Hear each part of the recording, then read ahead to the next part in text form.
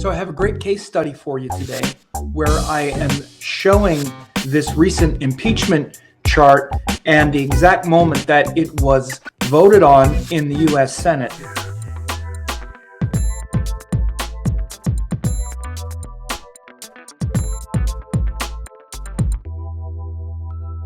This is a great case study to show the Sidereal Zodiac, the Gandanta points, the juncture between Scorpio and Sagittarius. So you can check this out. You can see this is actually on my Facebook page that I have here. And you can see where on this impeachment chart that was voted on, you can see this very powerful shift here. I will even zoom in. You can see this Jupiter, moon, and ascendant. This was at Thursday, November 31st, 2019 at 11:29 a.m. and in DC. We have the exact moment that that the vote was completed and it was gavelled and they said voted on and affirmed. Look at this exact moment as this was happening. The ascendant had just moved. It was less than 1 minute of arc. So it, within, maybe 2 minutes earlier, it was Scorpio ascendant. It was passing right over this Gandanta point as the actual votes, as the yays and nays were being counted. And at that time, look, you see exactly Jupiter was 2909 of Scorpio and the moon was 2942. Exact within 1 degree. And it was 1 degree of the Gandanta point between Scorpio and Sagittarius. I mean, again, to think, oh, wow, Sam, what are you getting so excited about? Because this hardly ever happens that Jupiter and the moon are in exactly the same degree. First of all, it's just like about, 10 minutes later, 15 minutes later, the moon had passed. It was only within exact degree, this 1 degree for maybe, 20 minutes or, half hour or so at the most. I don't know. I'm not doing the calculations over, off the top of my head. But it's not just that it was in this exact degree, but it's the exact degree of Jupiter as well. And it happens when Jupiter is at the exact point of Gandanta. So this exact last degree of Scorpio. And then when the moon hits it at the exact portion, which this is only going to happen once every 30 days for about an hour or whatever it is. Remarkable. Again, now they could have opened impeachment. This impeachment vote could have happened at any time in the last several months, especially the last month and a half since they actually opened the inquiry. Didn't have to happen then. It could happen next week. It could happen anytime. But no, it doesn't happen at any time. It happens when Jupiter is right at this Gandanta point, and the moon is right there, and then the ascendant, which is the most variable because the ascendant goes around the whole chart every day right at that moment. Again, it didn't have to come to an absolute resolution at 11:29 right as the ascendant was going over. But exactly at that moment. Now, again, what is Gandanta? Well, this is the point between the water and the fire signs in Vedic astrology, where we see that big transition energy, that energy of enormous transition where both the Rashi and the Nakshatra stop. And again, this is a major feature of the sidereal tradition of astrology in India because you have the Nakshatras and the Rashis aligned. Again, as it says in every Vedic astrology text, Aries and Ashwini are where you begin the zodiac. Boom, it's in every text. So again, what that means when Aries and Ashwini begin, then that means every time you reach a new fire sign, you start a new section of the Nakshatras. So Aries and Ashwini begin at 0, and then again, that's this fire sign of Aries, but then the next fire sign of Leo, you have a Gandanta point between Aslesha, the end of Cancer, and Magha, the beginning of Leo. So Aslesha Magha is another Gandanta point where both the Rashi and the Nakshatra stop and reset. So again, that's also a very intense junction. This one here, this Jyestha Mula Gandanta, is probably the most intense as far as transformative, particularly in our world, in this world that we see, especially the shared cultural world. Jyestha is the last degrees of Scorpio, and then Mula is the very first degrees of Sagittarius. And again, this intense Gandanta happens when it's within the last degree, right? So this happened at the last degree, and that last degree is the is really the most intense of them all, because that shows where the transition is the most dynamic. But they say that the Gandanta is like the last pada of one and the first pada of the others. I usually, those who have heard me, say that it's usually the last degrees are the most intense, like the last degree. Not just the last pada, no, the last degree. This is because this is also what's called sandhi. So this is why, again, my students and people who have heard me over the years know that this is why I focus on the last degree more than any other. Because I've seen many times where it's, 2 degrees, 28 to 29. Again, it's still in transition, but especially if it's a slow planet like Jupiter. Okay, Jupiter takes a long time. So that last degree takes 3 or 4 days. So you get Jupiter at the last degree. That's 3 or 4 days. Or I'm sorry, if you get it in the last 2 degrees or so, again, especially it could be, even like retrograde and, or combust, and that it could take a couple weeks to go through that last degree or so. Or I'm sorry, the last 2 degrees. But when you get it at that last degree, it's really finishing up the transit. So this is within a couple days of moving into the next sign. That's Jupiter. The moon, again, the last degree is really where it's starting to get, it's really in transition. And then, so again, that's why I focus mainly on that. So, I was shocked when I looked at this. It's not only Jupiter, moon, because I knew they would be there, but then the ascendant as well, which moves very fast, right? The ascendant is usually in a sign an average of 2 hours. So you take 2 hours and divide it by 30 degrees, and you wind up seeing it'll cover 1 degree in about five minutes or so, less than that often. So again, right as they were doing the vote itself and gathering the yays and the nays, the ascendant had moved over the, the Jupiter, the moon, crossed over and was almost 1 degree.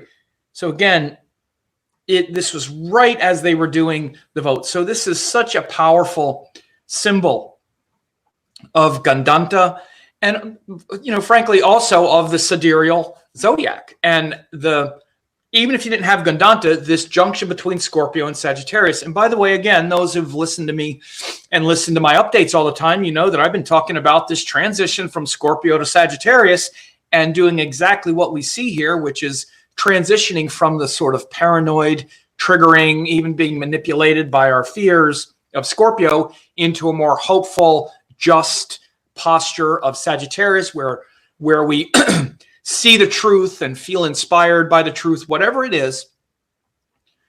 And again, of course, this is a big transition, and that big transition is shown by the Gandanta and shown by the fact that the Nakshatras also stop.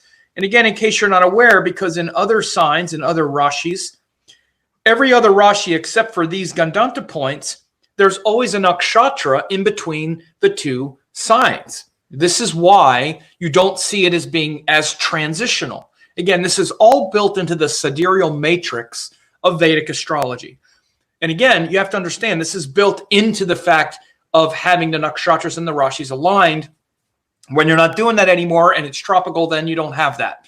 So again, because that means that in between Taurus and Aries, which is another bridge in between 2 Rashis, you have the Nakshatra of Kritika. Between Taurus and Gemini, you have the Nakshatra of Mrigashira. Between Gemini and Cancer, you have the Nakshatra of Punarvasu, etc. But then between Cancer and Leo, there's a hard stop where the Rashi and the Nakshatra stop. So it's like, it's a big transition. It's like you have a sort of, gap. And, Gandanta literally translates into things like drowning or a break, where it's like, where there's like a fissure. And so again, between Leo and Virgo, you have, Uttar Falguni, you have Chitra between Virgo and Libra, between Libra and Scorpio, you have Vishaka, and then you have the stop.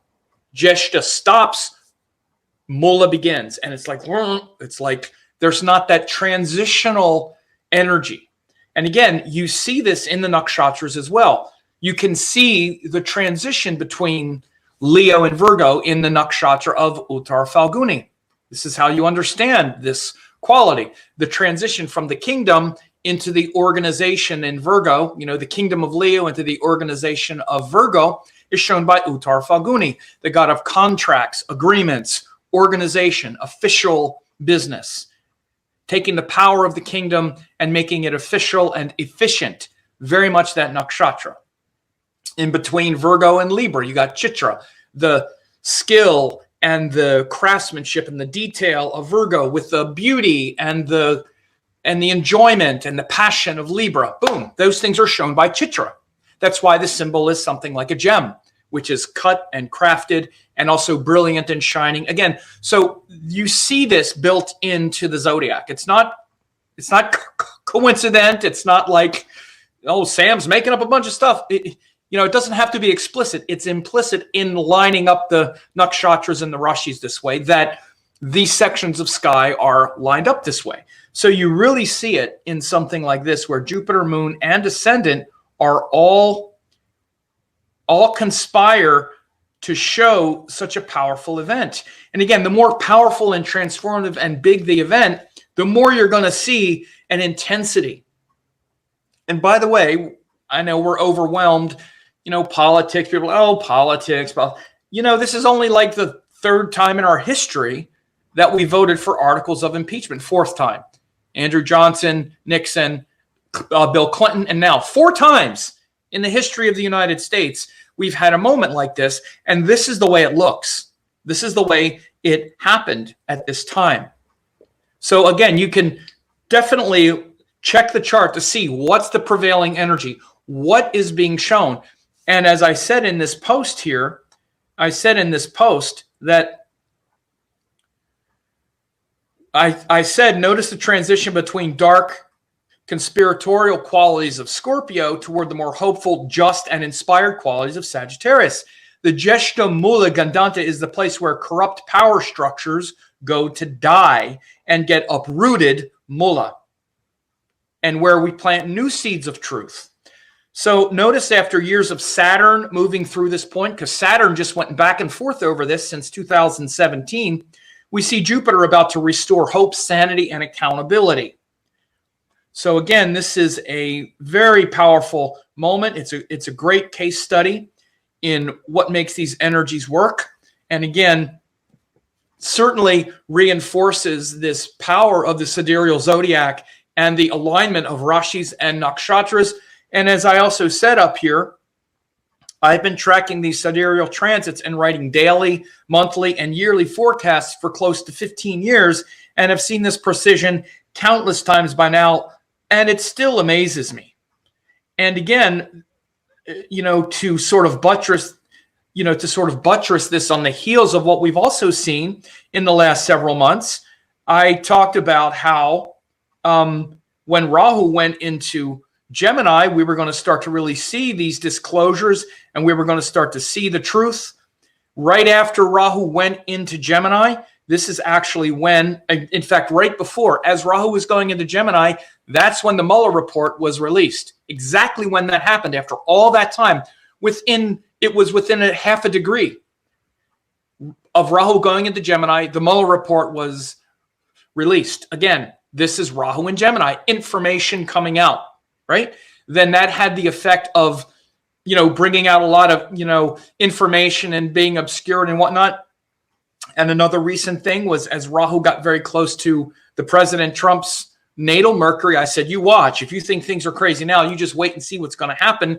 I even talked about the possibility of disclosures with foreign governments. We're already seeing that as well. So again, so much of this is so clearly shown by these sidereal transits. Again, the transit of Rahu through sidereal Gemini, once it hit that point, there was a shift. And again, to say that the actual release of the Mueller report wasn't a shift would not be accurate, right? So again, we can see this very clearly in the sidereal zodiac. At least, again, this is the way I work.